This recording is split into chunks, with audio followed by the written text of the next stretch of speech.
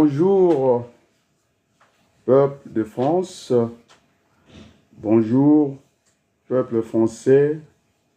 Bonjour, peuple du reste du monde. Chers amis, je pense que l'écoute était un bon moment. L'écoute, c'est aussi une manière de parler. Comme on le dit dans les livres saints, dans la Bible de Luségan, comme quoi chanter, c'était une manière de prier deux fois. Donc, écouter, c'est une manière pour moi de parler deux fois. Je parlerai de la France, je parlerai aussi des relations que la France a avec d'autres pays, parce que la France n'est pas isolée par le monde. Et donc, on dit dans des bons usages que toute chose est égale par ailleurs. Ça veut dire que Macron a mal barré la France, il faut le dire comme ça. C'est vrai, c'est Jospin qui l'avait en tout cas dit. Je reprends, en tout cas j'emprunte les propos de Lionel Jospin. Ces jeunes qui n'ont pas su se lever le matin, c'était le cas de Jordan Bardella, lorsqu'on lui a demandé son parcours, en tout cas professionnel, il n'en avait pas. Et donc nous sommes dans cette situation, ces enfants gâtés de la France, semble-t-il que ça discutait avec le papa, j'espère qu'il est un papa Madi, il n'est pas un papa Madi, que 2 mois avant, dans la famille, on savait qu'il fallait dissoudre l'Assemblée nationale. Et donc, ces enfants, en tout cas gâtés, les enfants gâtés de la France, qui n'ont connu que, en tout cas, comme activité professionnelle, la politique, ils ont été dans les cabinets ministériels. S'il faut parler de Macron, c'est un jeune homme qui joue, s'il croit qu'il faut infantiliser les institutions de la République, c'est ce qu'il a fait. Au soir, je lisais, en tout cas les 20 minutes, il a dissous, en tout cas l'Assemblée en 20 minutes. Maintenant, il faut attendre 20 jours pour essayer de recoller les morceaux.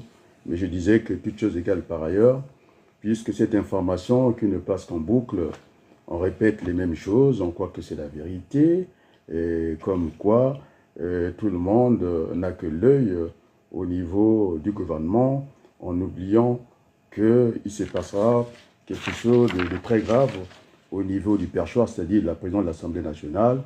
J'ai essayé de regarder les équilibres, en tout cas. Le Rassemblement national, en tout cas, à lui seul, compte 126 députés. On ajoute aussi les amis de Ciotti, 17, nous en sommes à 143. Donc c'est déjà un bloc solide. On ne peut pas jouer avec le feu comme ça. Au niveau de, en tout cas, la France insoumise, ils ont fait bloc dès le départ au deuxième tour. Ils ont dit que depuis le premier tour, qu'ils étaient en tout cas le Front populaire. Donc la composante, la principale force, c'est la France insoumise, qu'on le veuille ou non, 75 députés, le Parti socialiste 65, les écologistes 33, le Parti communiste 9, et donc ces blocs, puisqu'on ne veut pas travailler avec la France insoumise, donc ils en sont à 107, et donc c'est très loin de la majorité, en tout cas, celle qu'on disait absolue, c'est-à-dire si vous prenez les 577 sièges de députés à l'Assemblée nationale, la petite division par 2, vous avez 200, en tout cas 88,5, et comme il n'y a pas de demi, pour bien départager, et donc pour avoir la majorité, en tout cas absolue, il faut avoir en tout cas la totalité de 289. Et d'ailleurs c'est très juste, il y a des députés qui peuvent vous fausser la route à tout moment, surtout que le bulletin, le vote se passe souvent à l'Assemblée nationale, pas à main levée, ça sera à bulletin secret, donc il faut s'attendre à toutes les aventures politiques voulues, en tout cas par Macron. Et pourtant, Lionel Jospin avait pris le soin d'inverser le calendrier politique, c'est pour consolider la majorité du président élu, pour ne pas avoir encore d'autres majorités à la date d'aujourd'hui. Cette inversion du calendrier politique, cette dissolution inattendue comme ça, par un coup de tête, Et voilà, on a saccagé toutes les institutions de la République, tout le monde en boucle n'a que l'œil pour celui qui doit devenir le chef du gouvernement, Premier ministre, oubliant que, entre-temps, il se passe des choses. Il faudrait que les Français en soient témoins, parce que les Français n'ont pas voulu la gestion gouvernementale du Rassemblement national. En tout cas, c'est ce qui a été convenu au niveau de la parole. Maintenant, il faut que ces lois soient actées à la lettre. Et donc, ces combinaisons politiques que le peuple français n'a pas, en tout cas, voté le dimanche 7 juillet. Alors, si c'est comme ça, les gens, on va encore désintéresser. Il ne faut pas s'étonner, en tout cas, de la défection de la vie politique en France, c'est-à-dire le taux de participation. Et donc, j'en étais à 107 pour le bloc en dehors de la France insoumise.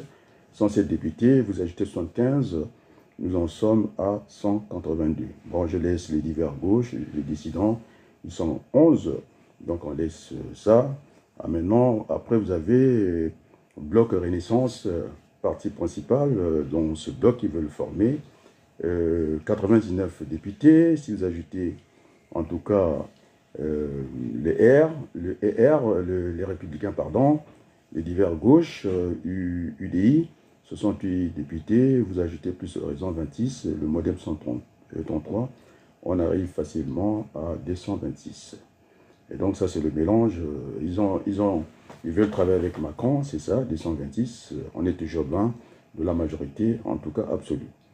Et donc ces blocs-là, ils ne vont pas se faire des cadeaux. Et moi, ce qui m'inquiète, je ne demande pas à Édouard Philippe de ne pas dîner avec Marine Le Pen. Nous sommes dans la République, puisque c'est insulter quand même les électeurs du Front National. Nous avons seulement à les convaincre.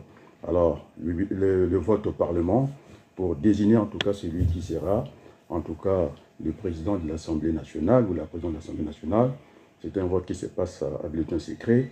Et ce repas secret d'Édouard Philippe avec Marine Le Pen s'en dira long. Donc, ce sont des crises, comme je disais, toutes choses égales par ailleurs, ça va. C'est comme le billard, chaque boule va cogner l'autre, et puis, pour ne pas en sortir. Et donc, Macron, en tout cas, a mal barré la France.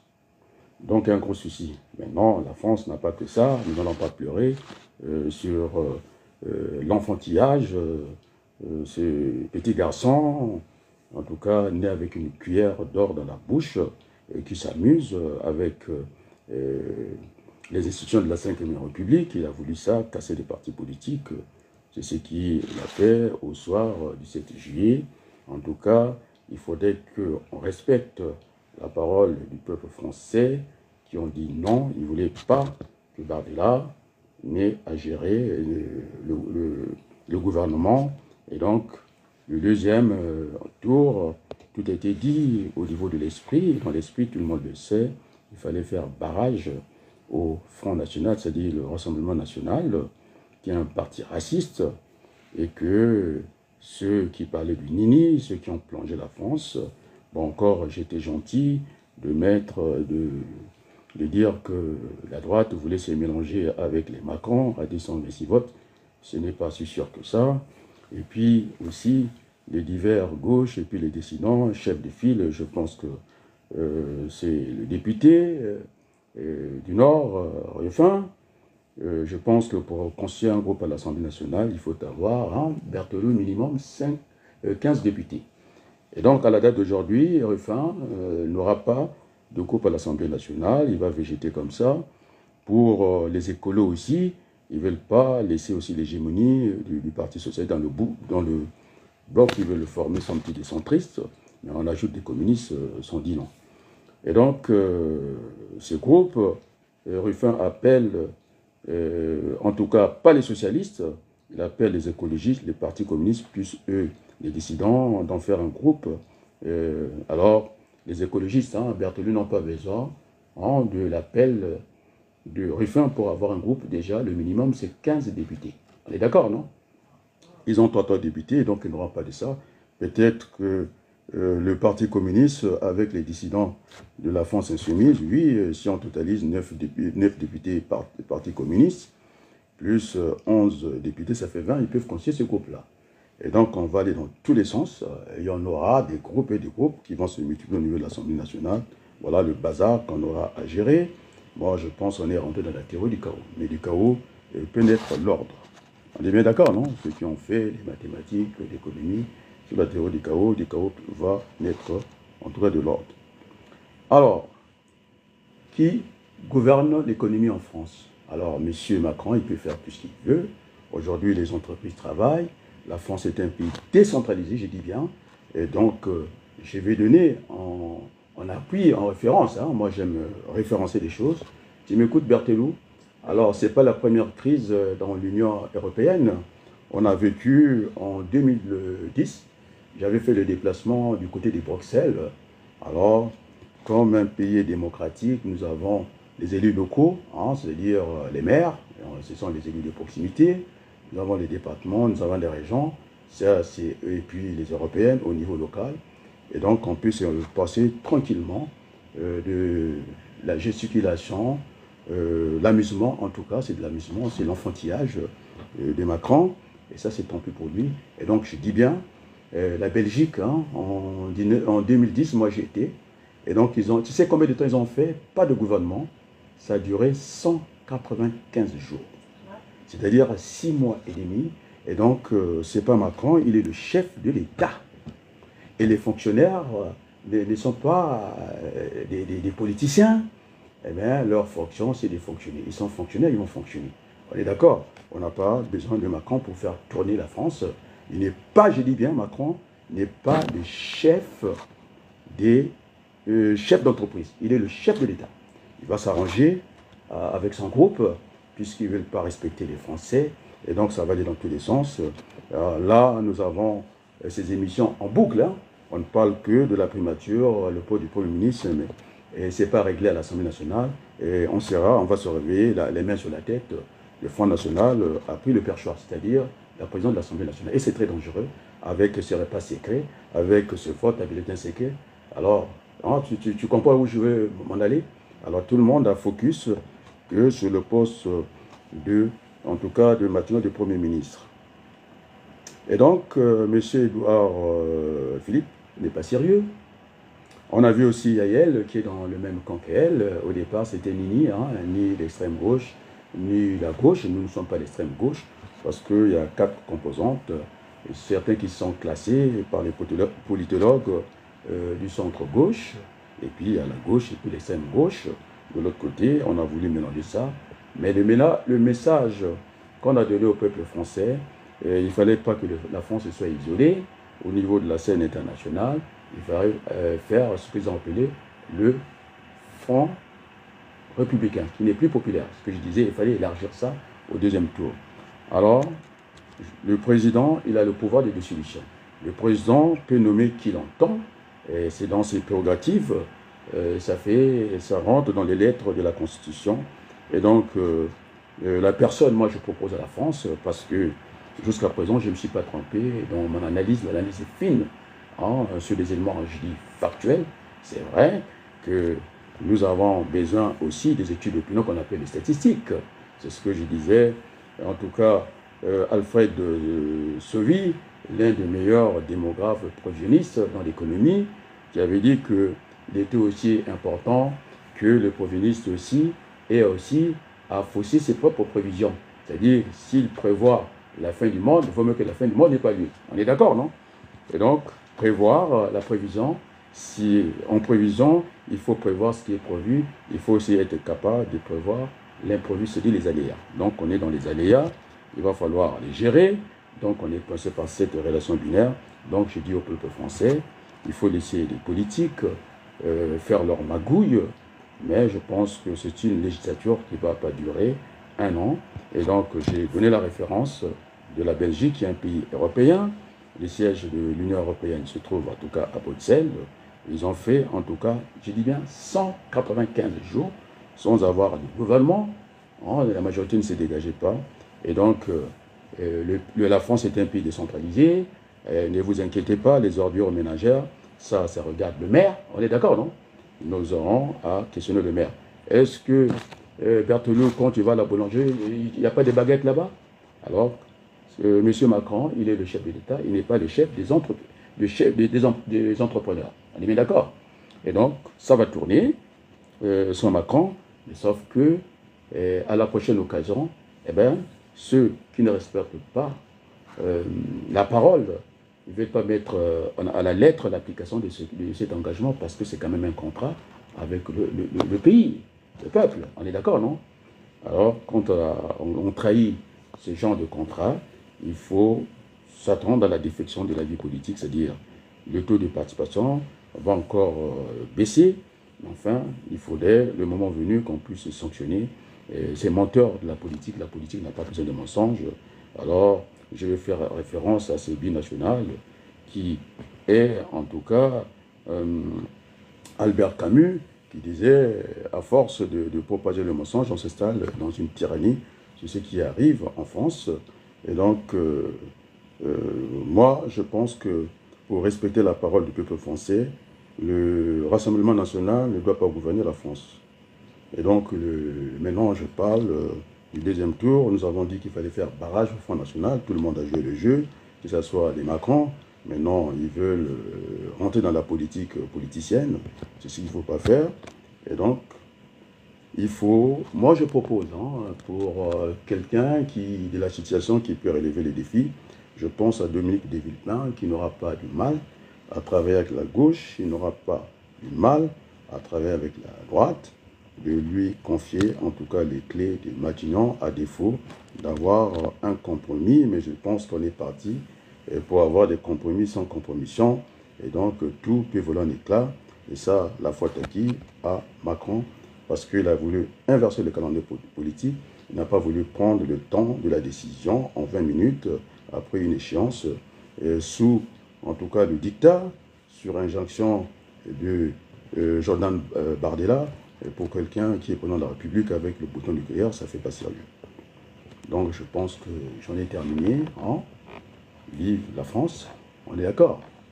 Et donc la vie doit continuer, et donc les hommes politiques ne sont pas les hommes de la France. On va travailler avec les élus locaux, je parle de la mairie, les maires sont là, ils sont en place, c'est un pays décentralisé. On a les départements qui fonctionnent, on a la région qui fonctionne. Maintenant, au niveau de l'État, le patron, c'est Macron, donc ça ne va pas empêcher la France de fonctionner. La France a des atouts, c'est quand même la deuxième puissance économique de l'Union européenne. C'est aussi la première puissance démographique, donc la France a son mot à dire. Maintenant, je pense que on a trop tourné en boucle l'actualité, s'est focalisé que sur le poste de Premier ministre. Je pense qu'on fait une erreur. On risque d'avoir la surprise avec ces dîners secrets et que les votes n'est pas mêlés vers l'Assemblée nationale. Et puis on aura l'autre cauchemar, on va se réveiller. En tout cas, l'Assemblée nationale est dirigée par le Front national. Donc je voulais alerter. En tout cas, ça fait partie de mon sacerdoce. De faire la politique autrement. Donc j'ai eu comme référent, j'aime beaucoup, en tout cas, c'est binational, Albert Camus. Et donc il faut que la vérité nous habite. Maintenant, je pense que je vais terminer, en tout cas, ce flash politique d'information pour amener, en tout cas, les journalistes professionnels qui nous tournent en bourrique avec l'actualité en boucle. On ne parle que de Matignon, on ne sait pas, on oublie que...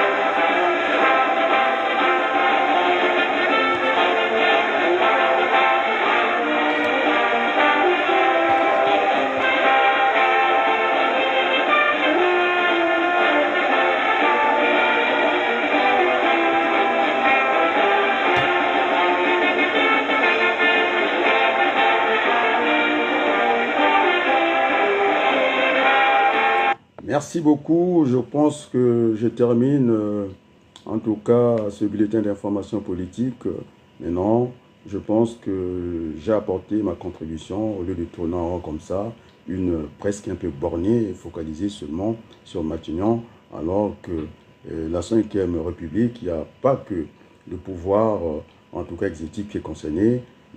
C'est vrai qu'il y a indépendance au niveau des pouvoirs, les trois pouvoirs qui coexistent, qui cohabitent ensemble. Mais non, je pense que toutes choses égales par ailleurs, on risque d'avoir aussi des soucis au niveau du pouvoir, en tout cas législatif, hein, le pouvoir législatif. Et puis, il y a aussi l'autre pouvoir, le pouvoir judiciaire. Et puis, pour parler aussi d'autres pouvoirs, la presse. Donc, je pense qu'il faut faire attention avec cette information en boucle. On ne parle que du poste de Premier ministre. Je pense que ce poste peut être confié à un homme expérimenté qui n'aura pas de soucis à gauche ni à droite. Je pense que le Front républicain, il faut faire appel à Dominique de Villepin pour conseiller ce gouvernement-là. Maintenant, en tout cas, c'est ma contribution à la date d'aujourd'hui. Et maintenant, je vais encore écouter et puis apporter toujours ce que je peux apporter. Vive la France et à très bientôt et merci beaucoup.